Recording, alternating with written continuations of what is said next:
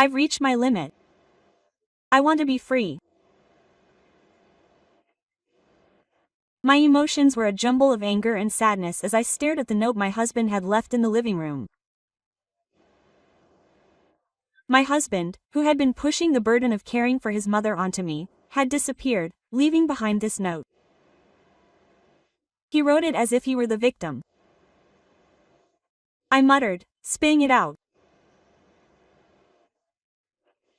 Next to the note my husband had left was the divorce papers, with his signature and signature neatly written on them. It had been 3 years since I started caring for my mother-in-law. After my mother-in-law collapsed from a cerebral infarction, I moved to Tokyo to care for her, and I spent my days juggling work, housework, and caring for her. At first, he was the most supportive, but his attitude gradually changed. He started to dump everything on me. Hey, can you help me with the housework, even just a little? Honestly, it's hard for me to take care of mom all by myself. When I said that, my husband came to join me. I can't do it. I'm not good at that kind of thing. Besides, caring for her is the wife's job, right? So, you do your best. At that moment, everything went dark in front of my eyes. It shouldn't be a matter of whether I'm good at nursing care or housework or not. I'm a full-time employee too, so we should be working together. Since then, my husband has been pushing everything onto me without saying anything. And today, he disappeared, leaving behind that note and divorce papers. I clutched the divorce papers tightly in my hand. I understand that you want me to hand it over. I immediately submitted the divorce papers to the city office and moved out of the house where I was living with my parents.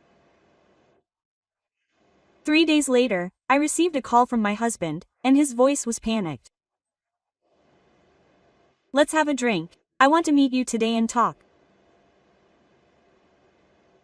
My name is Yoko Kobayashi. I'm 28 years old and work for a company. My husband and I first encountered each other 6 years ago. In the spring, after joining the company as a new graduate, I was on my way home from a training session, not knowing what to do. A senior colleague called out to me.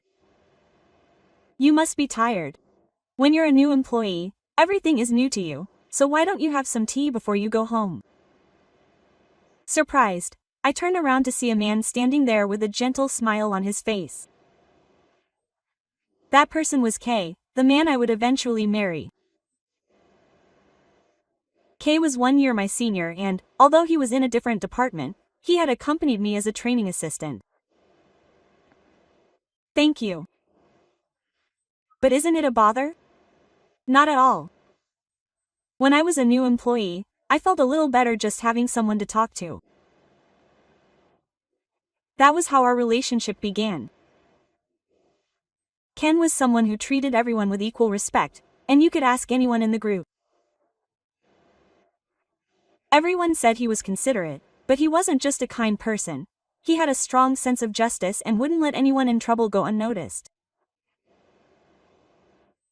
I was immediately drawn to that. Our relationship began 6 months after we met. Kay suddenly approached us at a nearby cafe that we often went to during our lunch breaks. He said, I really like you, Ko. I want you to go out with me. Quote. His straightforward words warmed my heart. I immediately replied, I'd be happy to meet you, and our relationship began. Our relationship progressed smoothly, and we went on trips on our days off to build our relationship. We had our fights, but we always resolved them through discussion. Gradually, I began to think about the future with this person. And 3 years after we started dating, we got married. It was Kay's mother Ume who smiled shyly and said, Is my son really okay? Kay's father had died of illness when Kay was a university student, and apparently his mother-in-law now lives alone. My mother-in-law was a very gentle person, and she welcomed me warmly from the first day we met. Thank you so much, Yoko-san. I'm so lucky to have married such a reliable young lady. A gentle smile and warm words. I truly felt that I could get along well with Kiji. After we got married, the two of us rented a small apartment and began our peaceful newlywed life. We would work together, make dinner, watch movies, and spend time leisurely making tea. There was nothing special, but everything seemed to be going well. But one day, that peace was shattered by a phone call. The number that called Ken's cell phone was from a hospital near his parents' house. Ken, who had finished the call, muttered quietly with a straight face. My mother collapsed on the highway. When I heard that, my chest tightened and everything went dark in front of my eyes. Apparently, a neighbor who happened to be visiting my mother-in-law's house noticed something was wrong and reported it to the police. The two of us rushed to the hospital immediately, and when we entered my mother-in-law's hospital room, she was conscious but unable to speak properly, and she told us that her right leg was paralyzed. It would be difficult for her to live alone anymore. There was also the danger of being in a store. Should we consider placing her in a facility or have her support her as a family? Ken and I left the hospital room in silence.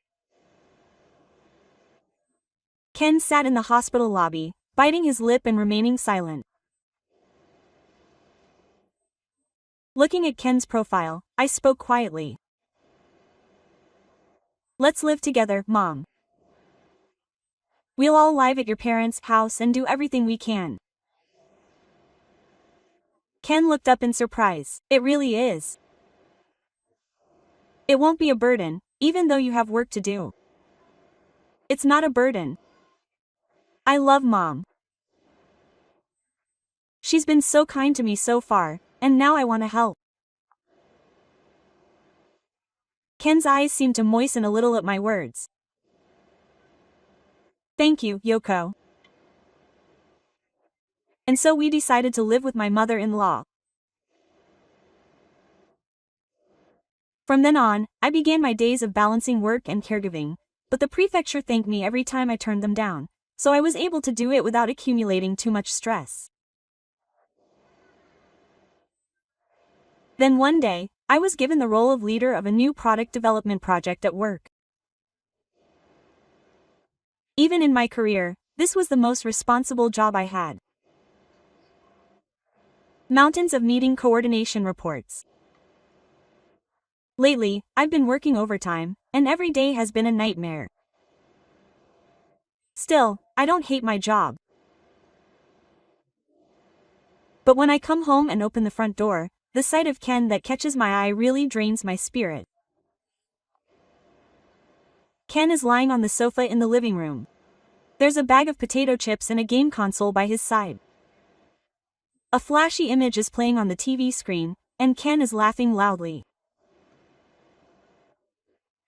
Ken doesn't even look up when I come home tired from work. That's right, Ken was only cooperative at the beginning, and by now he's stopped doing anything. Hey Ken, can you help out with the housework, even if it's just a little? Honestly, it's tough for me to take care of Mom all by myself. That was the dinner table one night. On the table were miso soup and other ingredients that I had hurriedly made after returning home. Ken stopped eating and went to join in. I can't do it.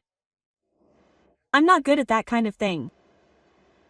It's not about being good at it, it's about sharing the work. I have a job too, so I have to help out. But isn't nursing care a wife's job? My mother used to take care of my grandmother. So, Yoko, please do your best. At that moment, I was speechless. I believed Ken to be a considerate person. I thought he was a kind person, but that was just his public face.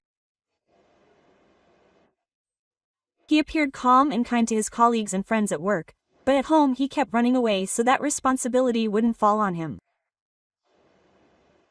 So-called K was a person who put on a good face. The part of him that I had thought was kind wasn't for me, but for the sake of society. I realized that. I understood. I said that and didn't ask the prefecture for anything more. The days continued to be hectic.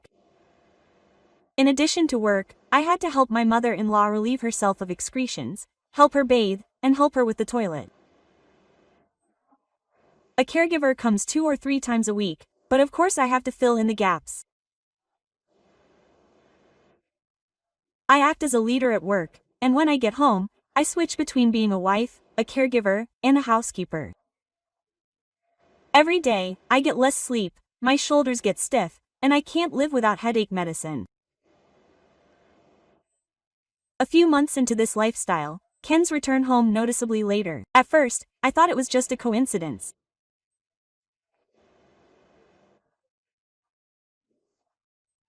Although we work at the same company, we're in different departments, so the work environment is different from mine, and I didn't know much about the inside of his department, but it started happening 2 or 3 times a week, and it became common for him to not come home until after 10 p.m. You've been coming home late lately. Are you that busy with work? I asked him one night, exhausted, and Ken answered bluntly. Just hanging out with you. It's fine if you come that often. I want some free time too. Quote. Free time? Those words dully stabbed me in the chest. Ken has a lot more free time than I do, who works, does housework, and cares for my family. After that, we started arguing more and more. When I opened my mouth, Ken would become noticeably annoyed, and eventually he would go out alone on his days off. He would disappear in the morning and not return until after dark. I didn't even have the energy to ask him where he was or what he was doing. Then one morning, as I was preparing breakfast as usual, my mother-in-law came to the kitchen in her wheelchair. Yoko-san, can I talk to you for a moment? Of course, is something wrong? I'm sorry. It's about Ken. I can hear it raining a lot lately. I instinctively stopped what I was doing making breakfast. No, it's not something you should apologize for, Mom. Yeah. I thought it might be my fault. I thought it might be because of me that Ken didn't want to be home. That child had a habit of running away since she was little. She left everything, the hardships and the hassles, to someone else. My mother-in-law's eyes slowly lowered. Then she made a suggestion. I was surprised by her suggestion. I replied that I would talk to Ken. A few days later, I was sitting at my computer again on the day of the company's accounting. I finally finished revising the presentation materials and called it a day when the clock struck 8 p.m. As I climbed the subway stairs, a breeze blew past me. The distant sound of wind echoed through the lights of the shopping district. As I walked home, I was organizing my plans for the next day in my head. That was when I noticed a familiar back on the sidewalk opposite. A man in a sword suit was walking alongside a young woman. The woman looked to be in her early 20s, and she wrapped her arm around his while giggling. I stopped and squinted my eyes. That profile, that back, was so familiar. There was no way I could have mistaken her, no matter how dark it was. That man was definitely Ken. The woman next to him was definitely one of Ken's subordinates. She was the young woman I had seen at the new employee welcome party. The moment I gasped, my body moved on its own. I took my smartphone out of my bag and started the camera. I followed the two of them while keeping my distance. The woman laughed and leaned her face against Ken's shoulder. Eventually, the two of them entered a business hotel in front of the station. They disappeared behind the automatic doors without a trace. I captured that moment on the shutter with trembling fingers. After standing there for a while, I started walking unsteadily and headed home. The moment I closed the front door of my house, I crouched down on the spot with my shoes on. Anger, sadness, astonishment, resignation, a mixture of emotions, but no tears came. Ken hadn't returned even after 2 a.m. that night. The next morning, Saturday, I went down to the living room, still feeling exhausted, and found a notepad on the table. Come on, I've had enough. I want to be free. The way it was written, as if I were the victim, made me unable to even feel anguish. And next to the notepad was a divorce application. Among the many empty pages on the document, only Ken's signature and icon were neatly filled in. I understood why he wanted me to hand it over. I went to my mother-in-law's room by myself. Then I told her about Ken's infidelity and the divorce application that had been left there. My mother-in-law must have already been pointing at something. She bowed her head deeply, tears welling up in her eyes. I'm so sorry, Ken. It's all Ken's fault. I'm so grateful to Yoko-san. You made me happy. Mom.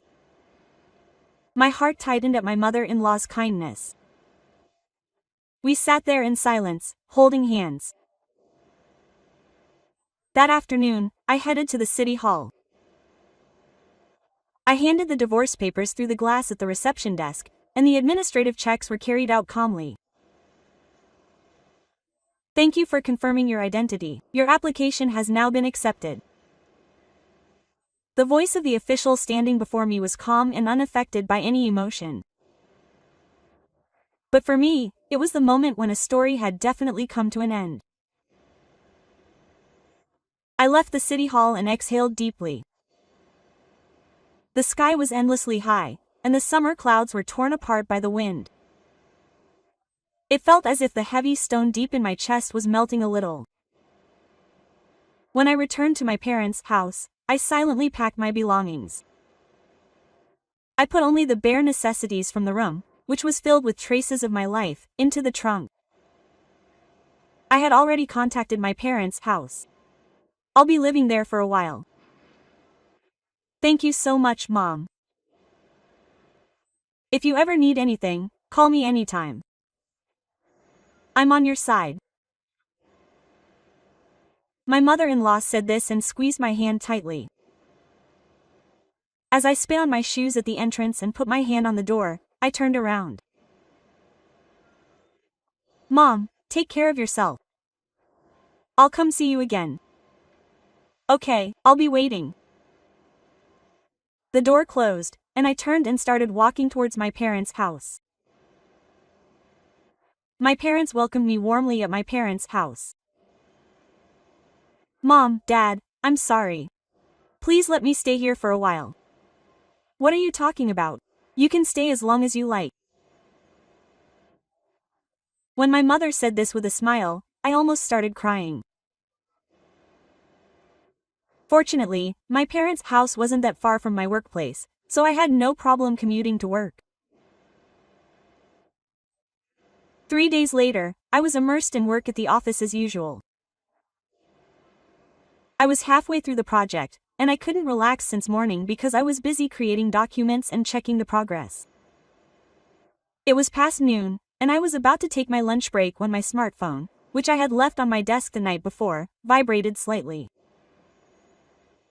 The moment I saw the name displayed on the notification screen, I instinctively hid my face. Kobayashi Prefecture. Hesitantly, I pressed the call button, and Ken's voice, which sounded like it was about to cry, leaked out. Yoko, please, I want to meet you today and talk. Come to my parents' house tonight. I thought silently for a while at that distraught voice, then took a deep breath and answered. Yes, okay, I understand. I'll come after work. Do that. Come as soon as possible. You absolutely must come. Ken said this with a sense of urgency and hung up the phone. I could pretty much guess what Ken would say. It was probably about the email I had sent to him the day after I filed for divorce. And then I gasped again.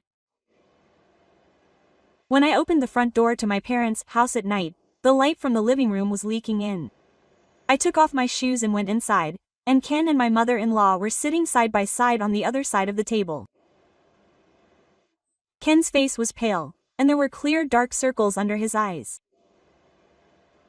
As soon as I entered the room, looking slightly drenched, Ken opened his mouth.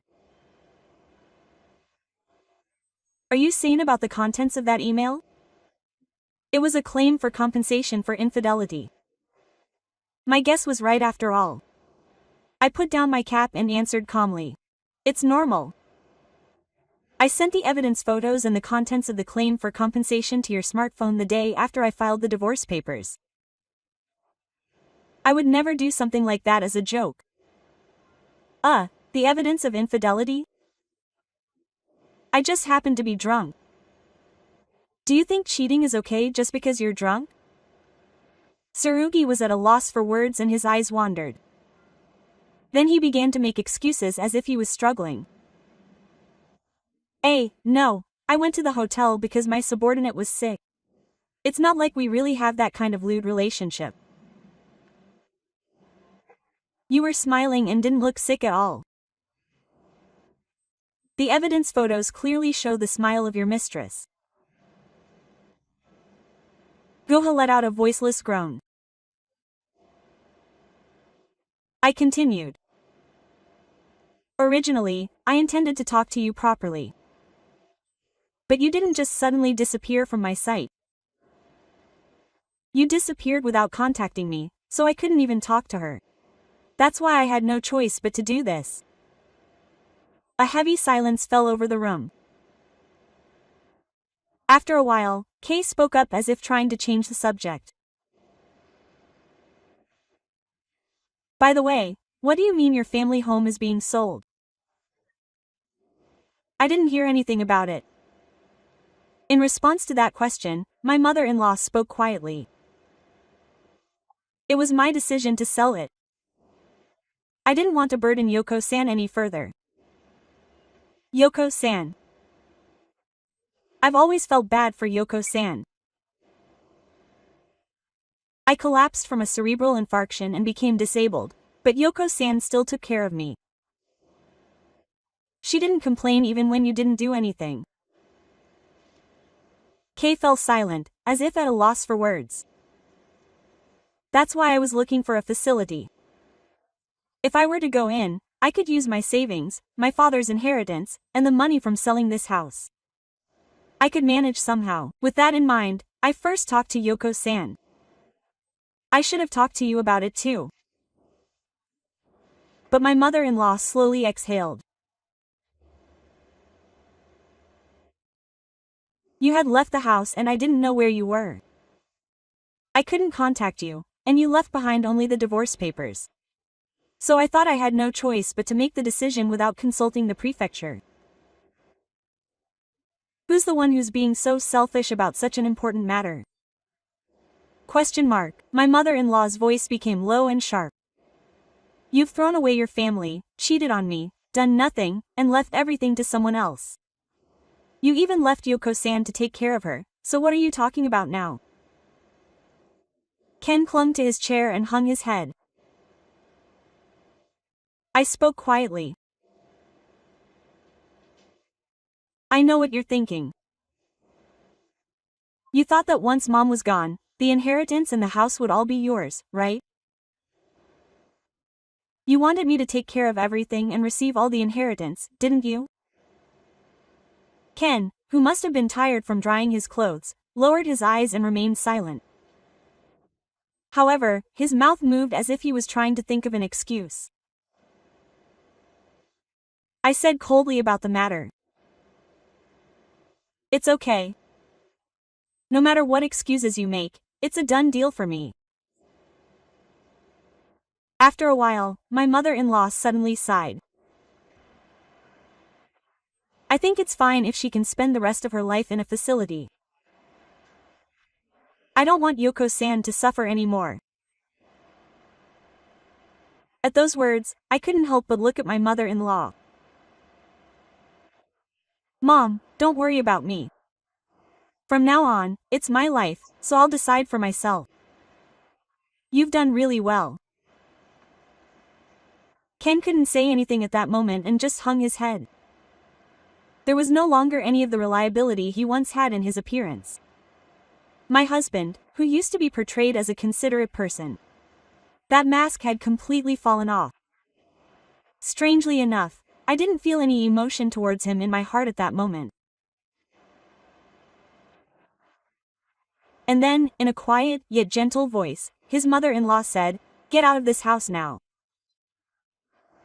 I'm cutting ties with you now." Quote. The oppressive atmosphere that had been hanging over the living room seemed to be cut open all at once. Ken hurriedly stood up and shouted at his mother-in-law. "Wait a minute, Mom, why are you saying that? I just want to cut ties with you. What the heck?" Quote. His mother-in-law's gaze gleamed sharply. Ken mumbled and swallowed his words. "No, in any case, please reconsider selling the house. And I can't accept alimony or anything like that. Please, Yoko. Give me a break. You deserve it. You have no right to complain when you have evidence of your infidelity." With that blunt statement, Tsurugi completely lost the ability to respond. How could I lose everything all at once? Tsurugi held his head in his hands as he said, "Get out." When his mother-in-law told him this clearly once more, Tsurugi stood up weakly and staggered towards the entrance. The sound of the door closing echoed, and the living room was once again filled with silence. A few days later, I was taking my mother-in-law in a taxi as she was about to enter a nursing home. Looking back from the passenger seat, my mother-in-law was sitting in the back seat, smiling gently as usual. Her luggage should have arrived at the nursing home yesterday, so all that's left is to get used to living there. Are you sure this is okay? Yes, I'm so grateful to Yoko. Besides, the nursing home is a really nice place, so I'm looking forward to it. In fact, when my mother-in-law came to me for advice about the nursing home, she had already completed all the necessary procedures, such as asking relatives to act as guarantors. And the day after she came to me for advice, my mother-in-law decided that she did not need to give any of her inheritance to her unruly son, and she even went ahead with the process of selling the house. When the taxi arrived in front of the facility, my mother-in-law and I quietly got out of the car. As my mother-in-law was led inside by the staff, she turned slightly and faced me. "Thank you so much for everything." My mother-in-law said this calmly, and I simply bowed deeply.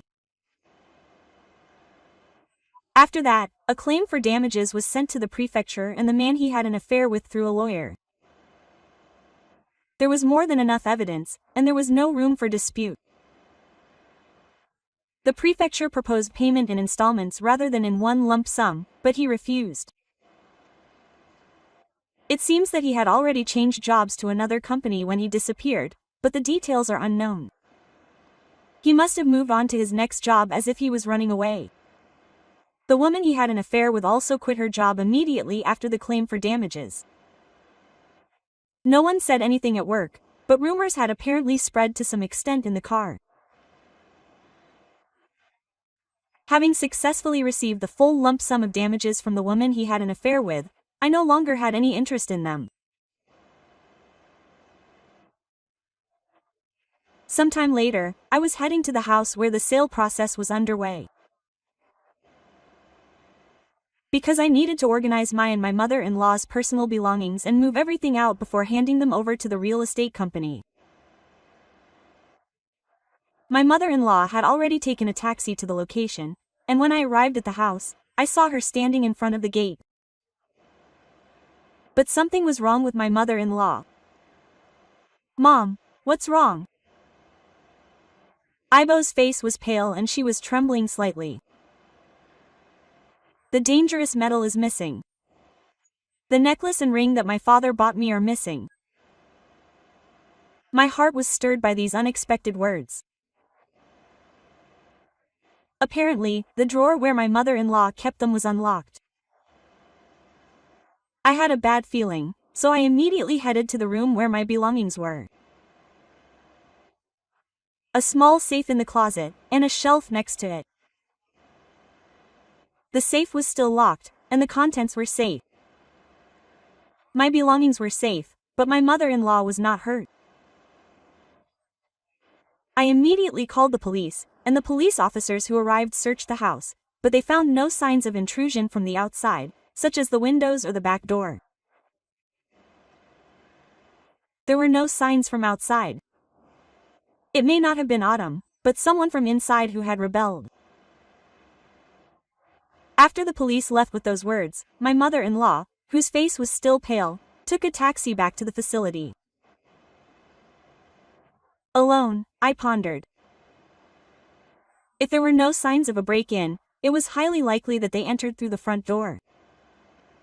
The Oni family home had not yet been handed over to the real estate agent, so the house keys were still the same. Only I, my mother-in-law, and Ken had the keys. A hint of anger and fear crossed my chest.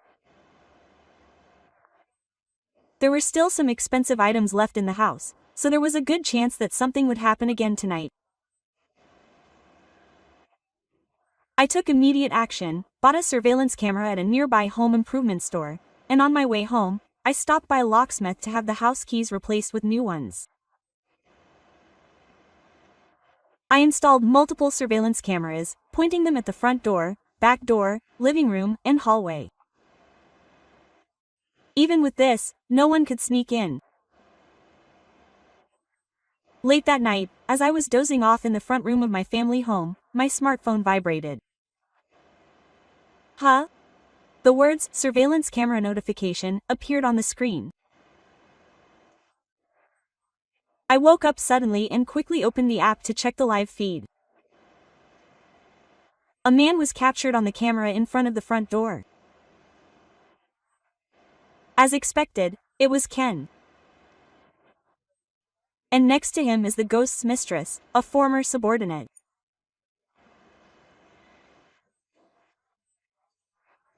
Ken tries to insert something into the keyhole of the front door, but the moment he realizes it won't open, he looks around in obvious irritation and bangs his fist on the glass of the front door. Suppressing my surprise and anger, I immediately call the police. The camera in the living room clearly shows the two of them entering. They deftly open the drawer near my mother-in-law's Buddhist altar, rummage through the accessory case, and even reach for the expensive clothes I bought in the back of the cupboard. I rush to my parents' house, and when I arrive, the red rotating lights of a police car are shining in front of the gate. Ken and his mistress are surrounded by uniformed police officers, and their luggage has already been searched. Ken, who is surrounded by police officers with a tearful face, spots me and shouts, "Hey, Yoko. This is my family home, isn't it? My son just came home. Explain yourself too." Quote. Why would someone who just came home break the glass without using a key? Ken's mouth stopped at my cold voice. And why do you have your mother's accessories? Can you even explain the dishes I bought? Did he realize that he couldn't make excuses the moment I said that? Ken hung his head, and his mistress started crying. Then Ken began to tell the story bit by bit. I had no money left after paying you the alimony, and the job I changed jobs to failed, and my girlfriend quit her job, so I thought I had no choice but to steal. I was shocked. Just because I'm struggling financially is no excuse for stealing. Yoko, please let me off this time. I beg you. If you tell me you won't make a big deal out of this, I won't be arrested or anything. The woman looked at me pleadingly, but I didn't back down. No matter how much you cry and beg, I will never forgive you. Hey, don't say such cold things. We were married. Do you really want your ex-husband to be arrested? I couldn't help but laugh at Ken's ridiculous remarks. Of course I don't care about someone who cheated on me and disappeared on their own. No matter what you say, my feelings won't change, so go talk to the police. With those final words, the woman was loaded into a police car, and the car door slammed shut. The next day, I went to my mother-in-law's facility and explained what had happened. When I told her that the culprits were Ken and his mistress, my mother-in-law let out a big sigh. What an idiot. But I already knew Ken was the culprit. After saying that, my mother-in-law was silent for a moment and then bowed her head to me. Thank you so much, Yoko-san. Thanks to all your efforts, it became clear that Ken and that woman were the culprits. I can't thank you enough, Yoko-san. Thank you, Mom. Please raise your head. I couldn't forgive the culprit who stole something precious to Mom, so I'm glad we were able to catch him. Quote. I said that and smiled. A few months later, I received a document from a lawyer. It was a report on the criminal trial of the prefecture and its former subordinate, who was his mistress. The prefecture applied the family equivalent rule to the theft of my mother-in-law's personal belongings. According to the provisions of the criminal code, theft by relatives is, in principle, exempt from punishment, which is an exceptional provision. However, this only applied to my mother-in-law's personal belongings, and the act of stealing from her was punishable as full-blown theft. In addition, the act of trying to use the key without permission and breaking the glass door to enter, even though the marriage had already been dissolved, was considered a crime of trespassing. He was also charged with criminal damage to property for breaking the glass. The woman who was his mistress was also considered to have been violent in her defiance, and was held criminally liable as well. In the end, the two were sentenced to life imprisonment, and it was decided that they would spend a certain amount of time in prison. Thanks to the police's careful handling and preservation of evidence, the stolen dangerous metals and sedge were safely returned to my mother-in-law and me. The necklaces and rings filled with memories of the gifts were all returned to my mother-in-law. My mother-in-law picked them up and gently held them to her chest. I'm glad you're back. I gently placed my hand on my mother-in-law's shoulder, and we both stared at Sheena in silence for a while. After that, I continued to work busily as a project leader at the company as before, but I felt much lighter now that the burden of the sword had been lifted from my heart. On my days off, I would occasionally visit the facility where my mother-in-law was staying. She was gentle with both the staff and the residents, and seemed to be well liked by everyone. The other day, there was a karaoke competition at the facility. I sang a song too. I wasn't in tune at all, but I got applause. I felt like a star and had a lot of fun. What? Mom, you're going to participate in something like that? Yes, you are. You need E-Tame until the very end of your life. I burst out laughing and almost spilled the tea on the table. My mother-in-law seemed to be having a great time at the facility, and I felt happy as if it were my own. After that, we had casual conversations and had a great time. On my way back, I stopped suddenly as I walked down the slope in front of the facility. A soft sunset spread across the sky as I looked up. I don't think of the days I spent with Ken as a failure. I think that I am who I am today because of those times. I had taken another new step. お前はもう俺の人生にいらないんだよ。豊島女のくせに金持ちの俺の家に入り込んで残業って言いながら夜遊びばっかりしてるんだろう。3歳年下の夫は年齢なんか気にしないと私を受け入れてくれたはずだった。義兄がグアムで挙げる結婚式のため私たちは空港に向かう。しかし、そこで夫は私を強く責め立てるのだった。私は夫からの暴言に愕然とし、頭の中が思考がまとまらないほど真っ白になる。さらに夫は、ていうか、お前の飛行機のチケットなんか鼻から買ってない、と言い放ち、私を空港に置き去りにしたのだった。私は奏で、仕事に熱中してばかりだったが、30代を迎える直前に結婚し、そろそろ1年が経つ。新卒入社した会社はいわゆるブラック企業だったが、やりたい仕事だったため、私は毎日のように残業するほど全てを注ぎ込んでいた。両親は私の選択をいつも応援してくれているものの、体を壊しては元も子もないと説得され、20代の半ばで転職した過去がある。同期は年下ばかりだし、不安の大きい転職だったが、今では成長と学びの機会と捉え、前向きに仕事に取り組んでいる。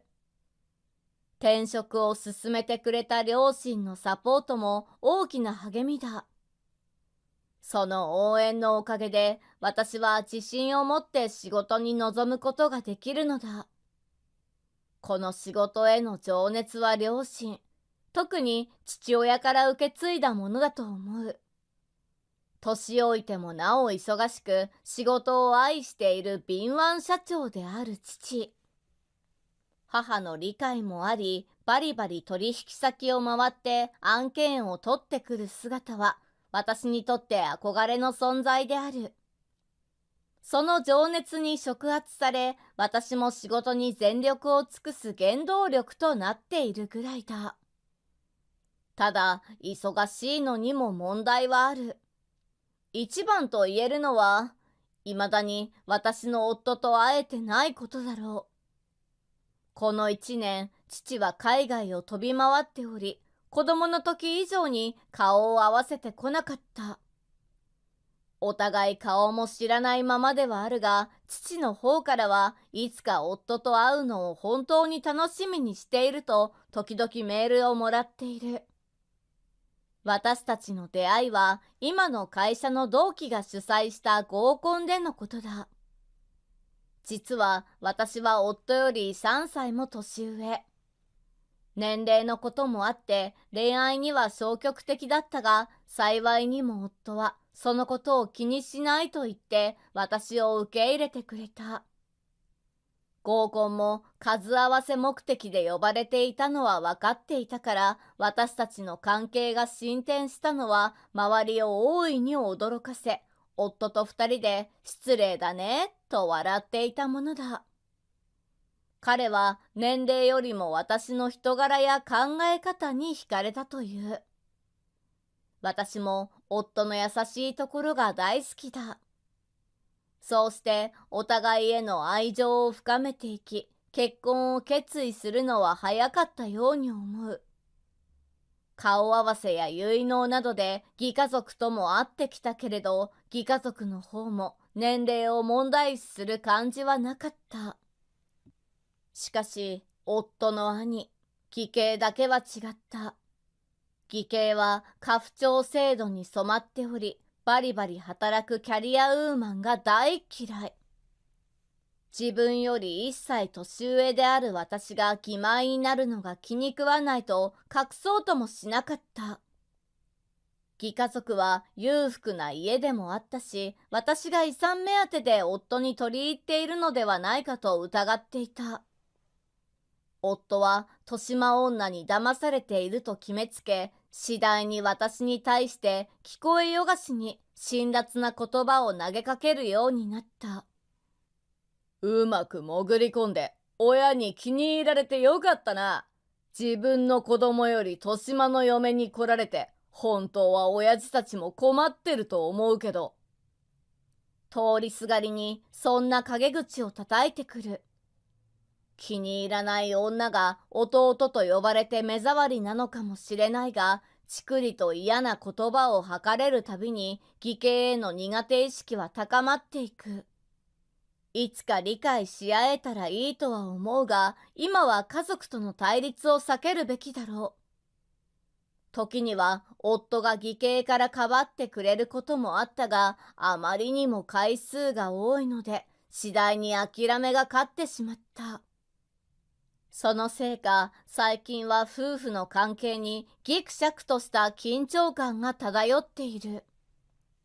信頼し合っていた夫は、義兄からの暴言や対立が増えるにつれて、少しずつ私と距離を置くようになってしまった。まるで透明な壁ができたかのようだ。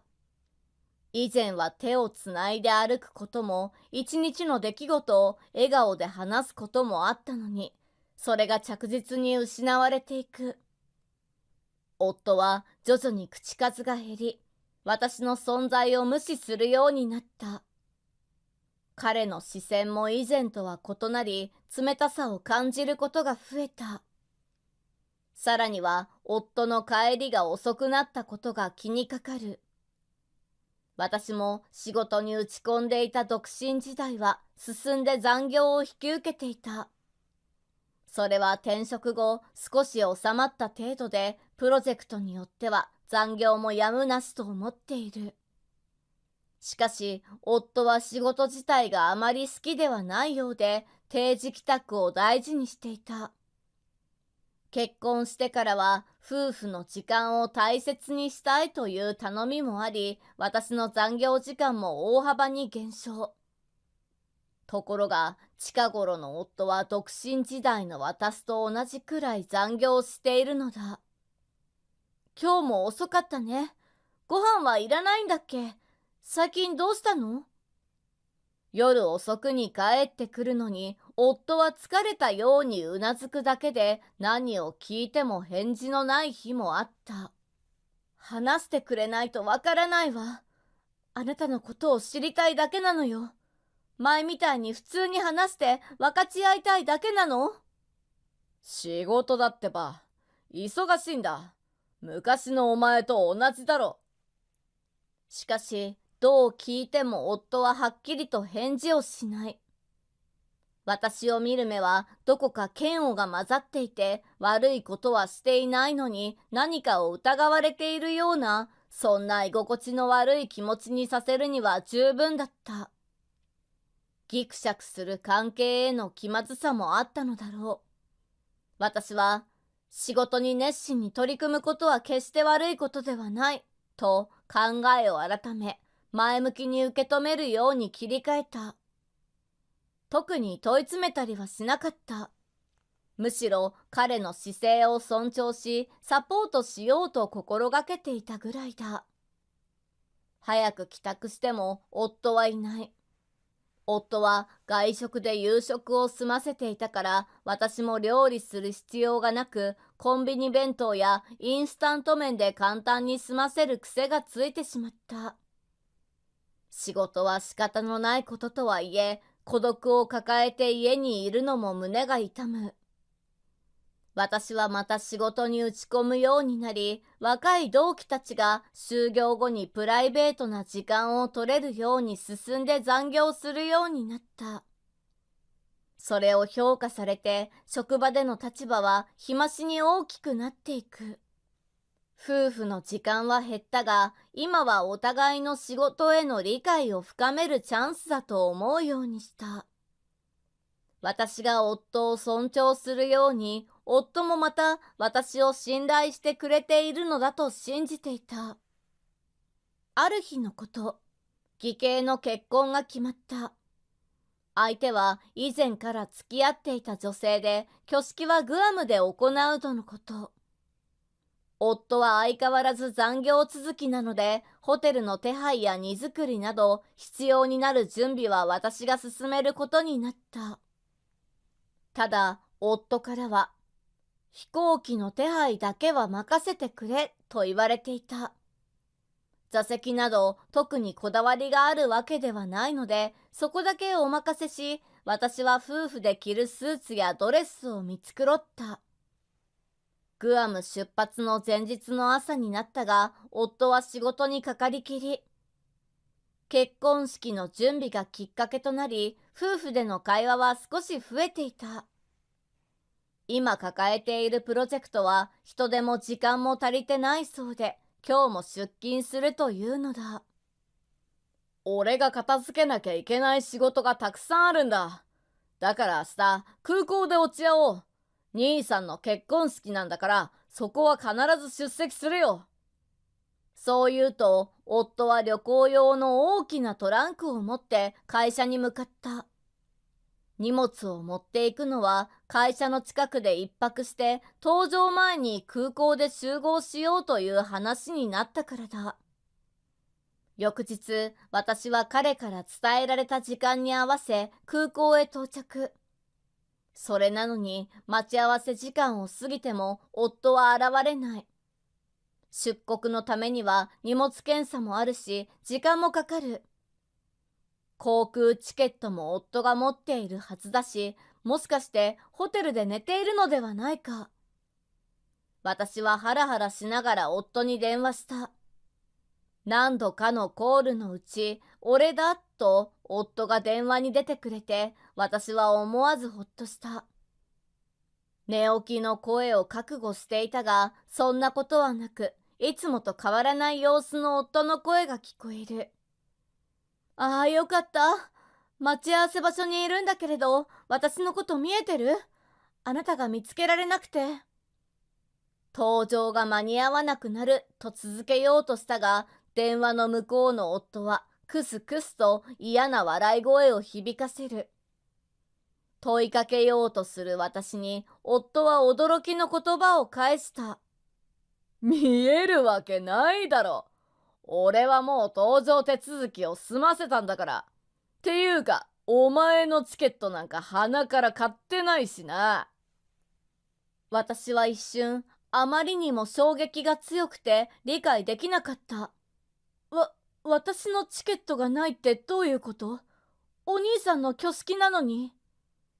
兄さんの結婚式はパートナー同伴だからな。俺、お前みたいな年増女よりふさわしい女がいるから、そっちを連れて行くことにしたんだ。頭の中が思考がまとまらないほど真っ白になる。電話する向こう側から夫の名前を呼ぶ女性の声が聞こえた気がした。夫は私を放置し、同伴している女性と話しているのか、電話口を遠ざけてしまったらしく、話の内容まではわからない。グアム行きの飛行機はもうすぐ出発する。そろそろ乗客の案内が始まるのではないか。私は置いていかれる。夫に騙され、さらに浮気までされていた。義両親もいるような場面でどう説明するのかは知らないが、あの義兄ありきの結婚式なのだ。どうにか言いくるめてやり過ごせばいいと思っているのだろう。夫の告白に私の胸の中が驚きと衝撃でいっぱいになる。しかし電話に戻ってきた夫はさらに私を踏みにじるようなことを言い出すのだった。あと、俺はもうお前と同じ家には帰らないし、マンションは解約しておいたから、荷物まとめておけよ。グアムから戻ったら追い出すからな。あと、共有の通帳は俺が預かっとくから。夫はケラケラと意地悪く笑う。私はトランクの柄をぎゅっと強く握りしめ、涙がこぼれそうになるのを必死でこらえた。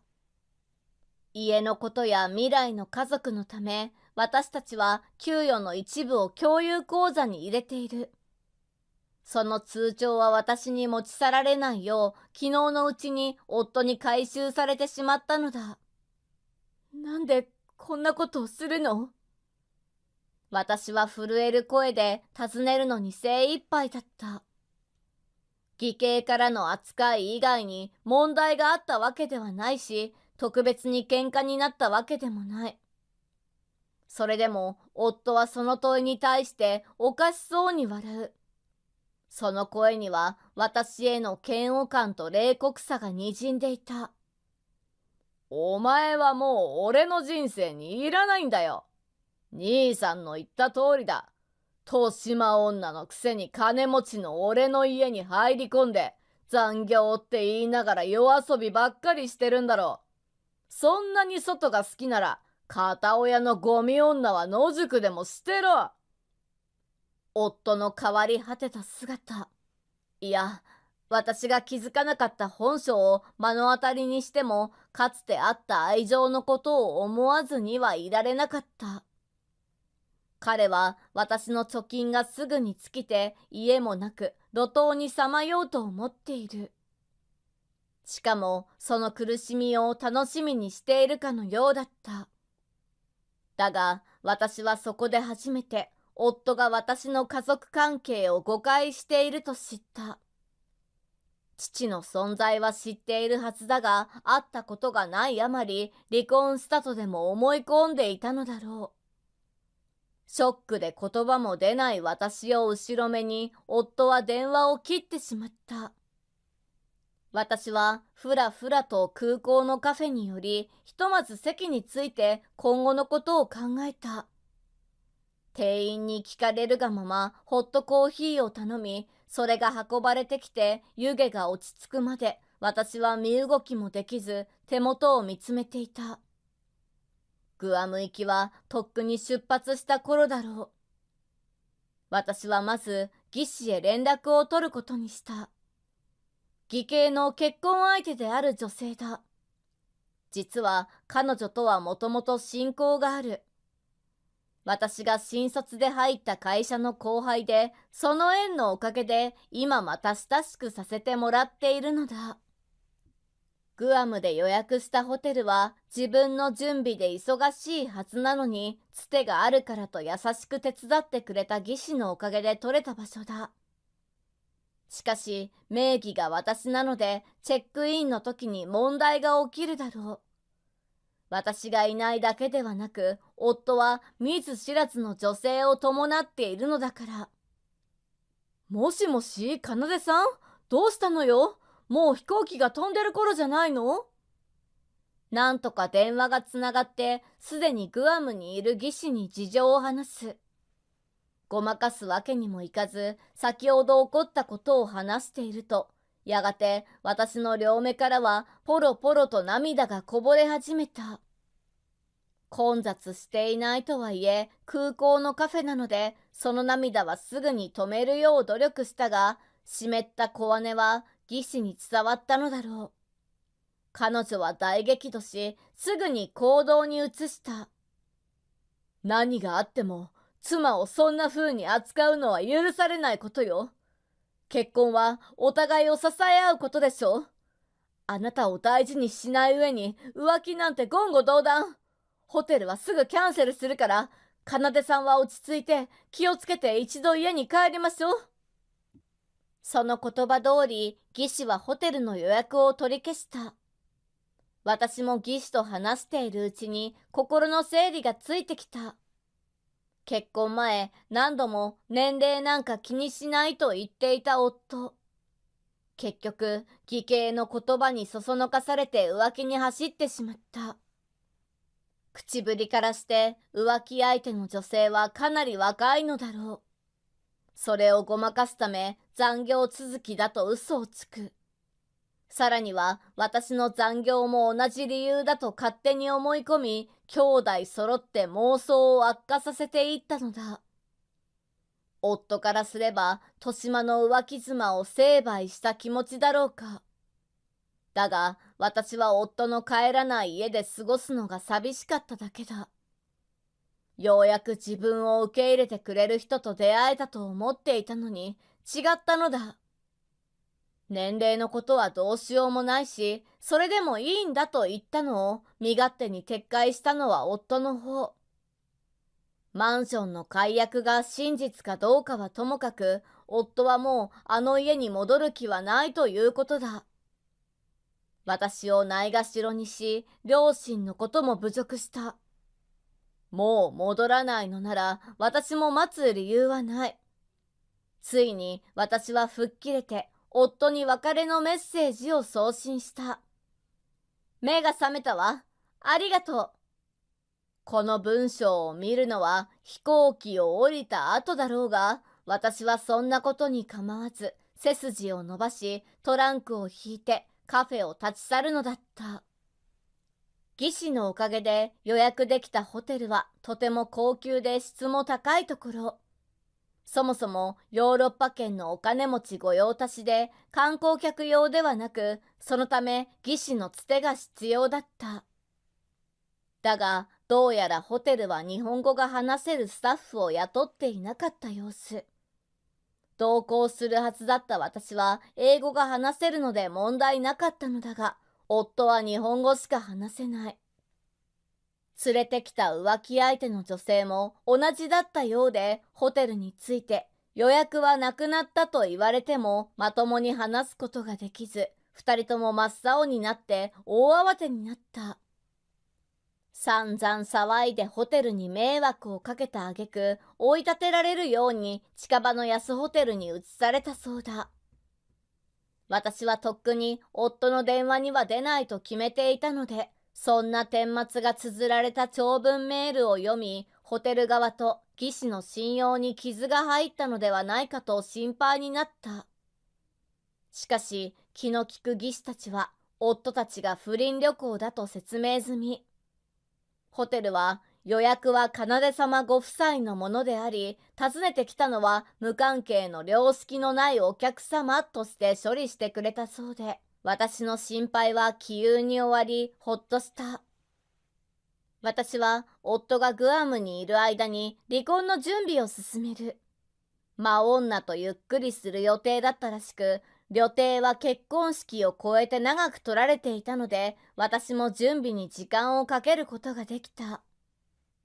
また、技師から結婚式の写真を見せてもらったことで、夫の浮気相手の正体も判明。なんと、浮気相手の女性の正体は会社の同僚だったのだ。今の勤め先は敏腕社長である私の父が経営する大企業。彼女は社長の娘である私にも優しく、遠巻きにすることもない。よく一緒にランチに行くし、少し年齢の離れた同期くらいの感覚でフランクに接してくれるいい友人だ。恋人がいるとは聞いていたが、写真を見せてもらったことはなかった。だが、私に隠すような素振りではなかったし、そもそも優しい彼女の行動だとは思えない。信じられないというより、辻褄が合わないと感じ、私はグアムに滞在する彼女に連絡を取った。証明として私と夫の結婚式の写真を送ると、彼女は驚いて声も出ないありさまだった。ごめんなさい。本当に知らなかったの。結婚してただなんて今でも信じられない。しかも相手が奏さんだってことも。わかってる。あなたは私を騙すような人じゃないってよく知ってるよ。あなたのことは信じてるけど、もう夫が何を考えてるのかわからないの。私もわからないよ。女のことをもてあそんでいい気になって最低。絶対に別れる。お願い、私を信じて。本当にごめんなさい。彼女は泣きながら謝罪した。とにかく帰国してから改めて話し合うことを決め、私は引っ越し準備に戻っていった。その後、彼女は夫に別れを告げて一足先に帰国。すぐに私の前に現れると、目の前で夫の連絡先も何もかもを削除したのだった。私の引っ越しが早く済んだのは父が手を貸してくれたからだ。父にはすでに今回の一件で離婚を決めたことを話していた。私の年齢的に再婚は苦労するから反対されるかと思ったが、義兄を含めた夫たちから私への態度について説明すると、父は大激怒。しかも驚いたことに、父は義兄の会社と取引を行っていると明らかにした。仕事と家族のことは別物だし、お前が気にしそうだからお前にも彼にも言わないでいたが、そうも言っていられない。こそこそと女性の悪口を言うような相手との取引があるのは、うちの会社の信用にも関わる。そんな相手とは縁を切らなければならない。会社は機械のリースや融資などの支援に幅広く手を出している。個人事業主である義兄にとっては一番大きな取引先だ。父が義兄が今まで馬鹿にしてきた女は大手取引先の娘だという事実を知らせると、彼は顔を真っ青にして仰天。土下座する勢いだったが、今後の取引を考えるためだと義兄に問い詰めたところ、そもそも同僚女性を夫に紹介したのが義兄だと判明した。弟は豊島の女に騙されて結婚させられてしまったと思い込む義兄は、私に関する嘘の情報を夫に吹き込み続けていた。それを真に受けた夫はだんだんと私への気持ちが離れていく。義兄はダメ押しとばかりに取引先で親交があった若い女性を呼び出し、二人を引き合わせると、夫は私のことなど忘れて不倫にふけったのだった。しかし浮気相手になってしまった同僚は騙されただけ。私と同じ被害者だと弁解したので処分されることはなかった。義兄は私の存在を疎みながらも、私の勤め先や仕事には何の興味も持たなかった。そのため何も気づくことなく、悪手に悪手を重ねたのだろう。父はあまりの怒りからか、途中から義兄のことを視界に入れようともしなくなり、当然のことながら取引は中止。彼は一番大きな取引先を失うことになった。義兄と結婚したばかりの義士も心境の変化は大きかったようだ。旦那が身内の既婚者に女性を紹介したなどという問題を起こして不快感を覚えない女性はいないだろう。義兄に対する不信感は膨れ上がり、さらには取引の中止によって仕事も立ち行かなくなった。すると今度は仕事でつまずいた苛立ちを彼女にぶつけ始めたのだ。もともと私に対して嫌味な態度を取るという本性のあった義兄。それが今は手近なところの女性、妻である義士に向かった形だ。義士も仕事好きな女性であるため、それを見下す態度もとっているらしい。ゆくゆくは辞めさせると主張しているが、破産一歩手前の会社を持つ義兄より義士の方がずっと堅実に稼いでいるだろう。様々なボロが出始め、義士は失敗したわと言って早くも離婚を考えているそうだ。私は慰謝料をもらって無事に離婚した。同僚女性からはすでに丁寧な謝罪をもらっているので、特に金銭的なやり取りはなし。今も同じ職場で働き、いい友人関係を保っている。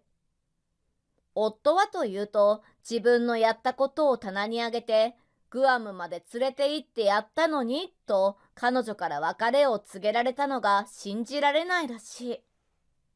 しつこくつきまとっていたそうだが、警察に相談して接近禁止を言い渡されると、怯えて姿をくらませたそうだ。義士は離婚調停中。凄腕の弁護士を見つけたようで、会うたびに慰謝料をしっかりもらうからと虎視眈々に準備を進めているのがうかがえる。私は生活を立て直し、以前にも増して仕事に取り組んでいる。父の会社を継ぐため、順調にキャリアを積んでいく予定だ。